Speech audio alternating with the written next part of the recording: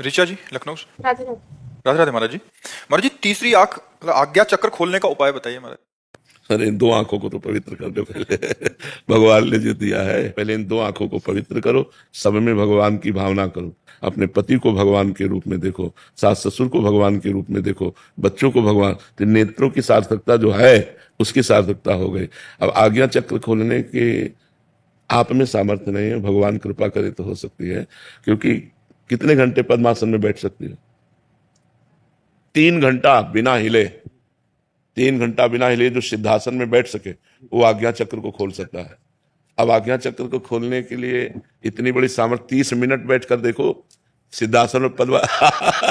तो आपके हाथ पैरों में मतलब देखो फिर क्या होता है, पूरी बिजली दौड़ पड़ेगी, पूरे शरीर में बिजली दौड़ पड़ेगी। उसको संभालना ब्रह्मचर्य से ही संभाला जाता है। ये सब बड़े कठिन साधन है, इसलिए सब में भगवान का दर्शन करते हुए सब सेवाएं जो हैं वो भगवान को समर्पित करते हुए नाम जप करो। इससे वही गति प्राप्त होगी जो इन चक्रों के भेदन से प्राप्त होती है। भगवान की प्रसन्नता कलयुग केवल नाम आधारा, सुमिर सुमिर नर तरह।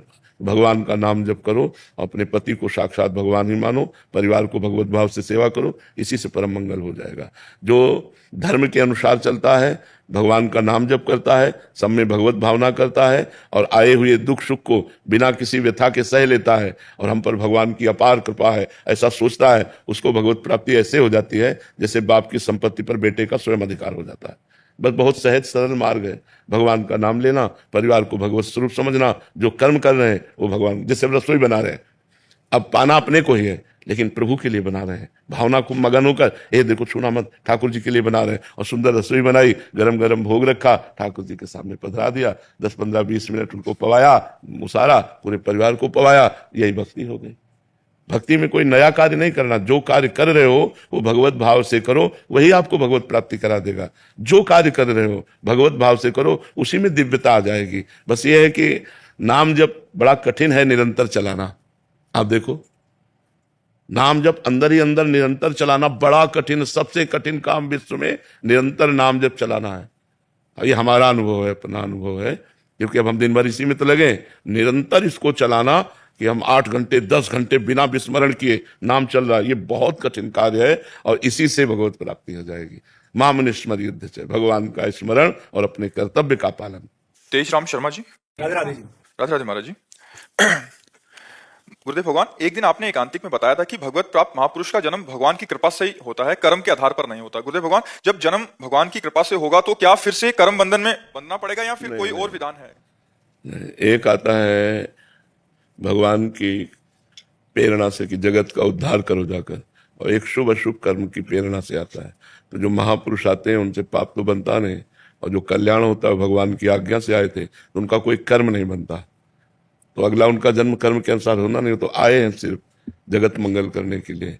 वो जगत मंगल किए, फिर भगवान की सेवा में। वो सरकारी आदमी है, वो कर्म बंधन से, प्रकृति के बंधन से माया में बंद करके नहीं आए, आए माया में है। लेकिन जैसे जेल में जेलर भी रहता है और कैदी भी रहते हैं, तो कैदी और जेलर में अंतर है ना। जेलर उनका स्वामी है और कैदी उनके अधीन है।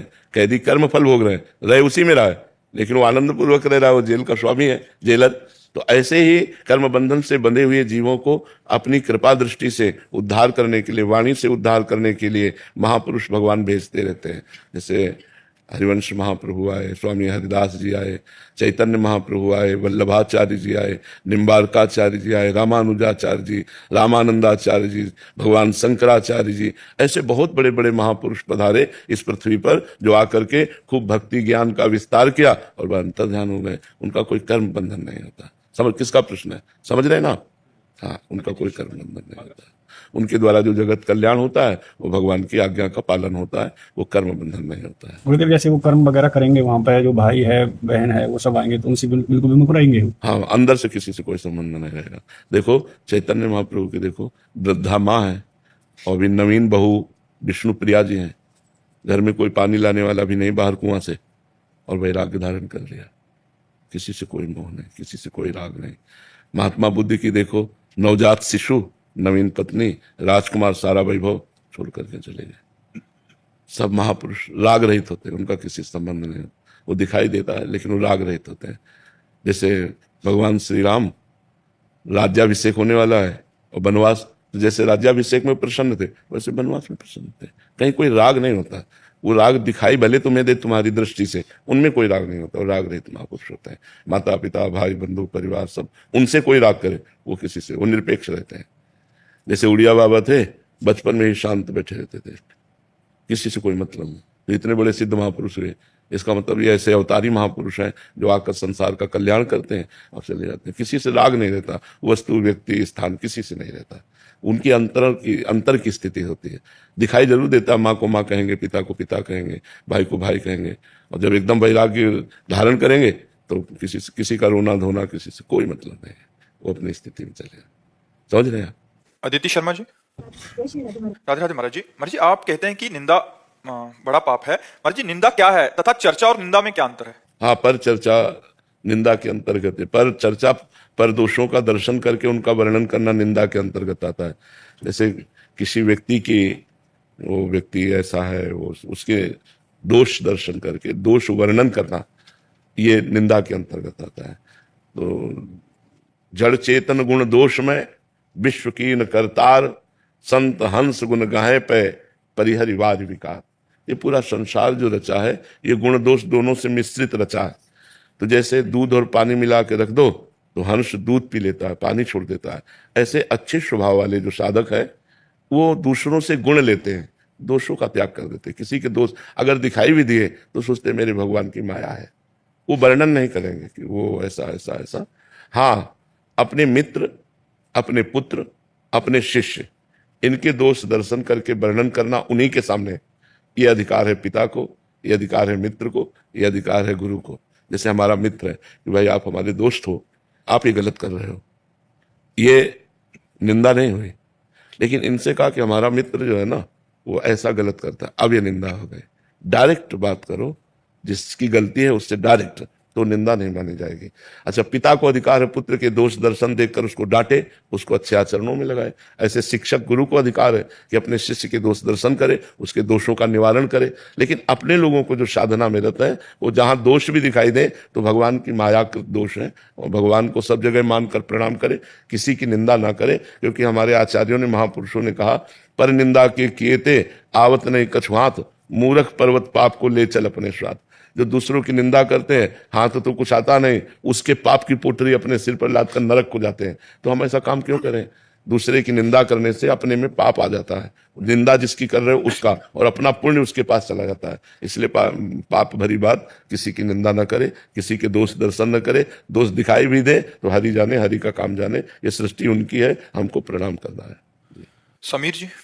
राधे राधे महाराज जी। महाराज जी, कई बार ऐसा लगता है कि समस्त प्रयास करने एवं प्रभु की आराधना के बाद भी संभवतः प्रभु कृपा नहीं मिल पा रही, मन व्यग्र हो जाता है, अपेक्षित परिणाम नहीं मिल पाता, तो ऐसा प्रतीत होता है जैसे किनारे कर दिया हो। अभी पाप भस्म नहीं हुए, पाप नष्ट नहीं हुए, अभी इतना भजन नहीं हुआ कि पाप नष्ट हो जाए, इसलिए ऐसा प्रतीत होता है। और भजन करो, अभी भजन किया ही क्या है? अनंत जन्मों के हिसाब किताब बकाया है। अभी क्या 2-4 माला भजन कर लेना, इससे माया के ऊपर थोड़ी विजय प्राप्त कर लोगे। माया के ऊपर विजय प्राप्त किया जाता है, रात दिन अंतर चिंतन चल रहा है। बाहर से कुछ न करो, बिल्कुल कुछ बाहर से न करो, और अंदर भजन कर रहे हो तो सब कुछ हो गया। और ये सब कर रहे हो और अंदर भजन नहीं हो रहा तो फिर बात नहीं बनेगी।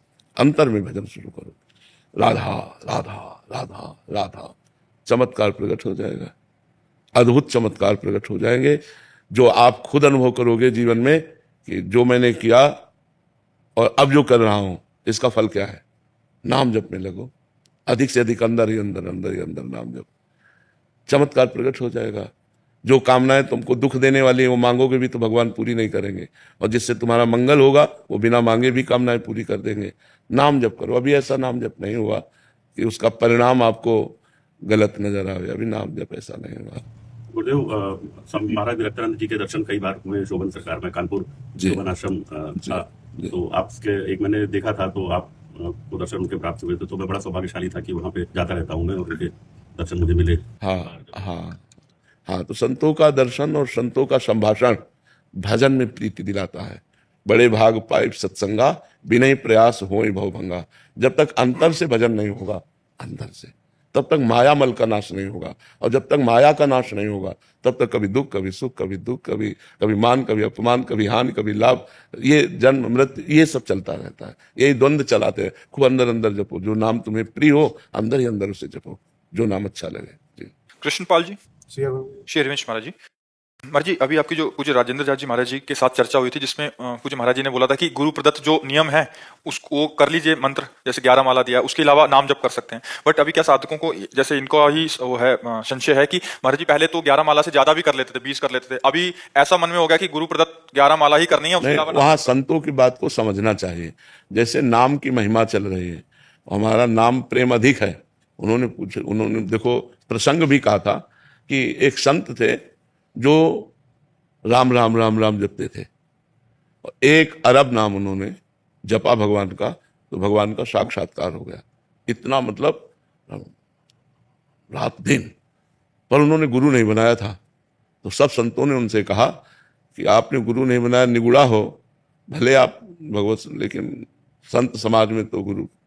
तो उस समय जिन महापुरुष का प्रकाश था उनकी शरण में गए, तो वो निम्बार्क संप्रदाय के थे, तो उन्होंने उनको मंत्र दिया। अब गोपाल मंत्र बड़ा मंत्र, अब 10वें वर्ष का अभ्यास राम राम राम राम राम राम राम राम राम, तो रो पड़े चरण पकड़ करके, महाराज जी अब हमारा अभ्यास तो राम राम का है, और गुरु मंत्र आप इतना बड़ा दिए हो, अब वो कैसे चल पाएगा, क्योंकि हम राम राम छोड़ना भी चाहते नहीं छोड़ सकते, हमारे बस गया। तो उन्होंने कहा कि आप थोड़ा गुरु मंत्र जप लिया और फिर राम नाम जप।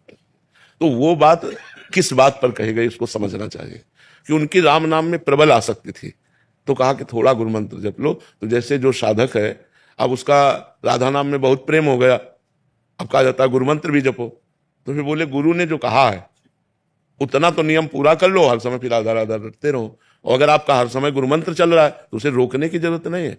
आप 50 माला गुरु मंत्र करते हो तो उसे कम करने की जरूरत नहीं है। वहां बात को समझना, संतों की बात को समझना चाहिए। तो वहां वो बात कही गई कि अगर बिल्कुल आपके नाम में रति दृढ़ हो रही है तो आप अपने गुरु ने जो नियम दिया है उन नियम को तो पूरा ही कर लो। मान लो गुरु ने कहा 11 माला 21 माला, तो वो माला हम करेंगे, फिर हर समय नाम जप करेंगे। कभी कभी साधक जैसे गुरुजन मंत्र की महिमा गाते थे कि मंत्र, बिना मंत्र के निकुंज का वो नहीं मिलेगा, पास नहीं मिलेगा, तो फिर मंत्र में रुचि हो जाती है।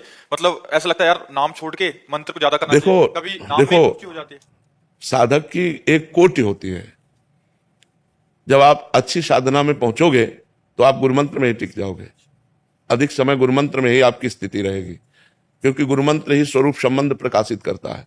नाम जप की कृपा से गुरुमंत्र मिलता है, और गुरुमंत्र की कृपा से स्वरूप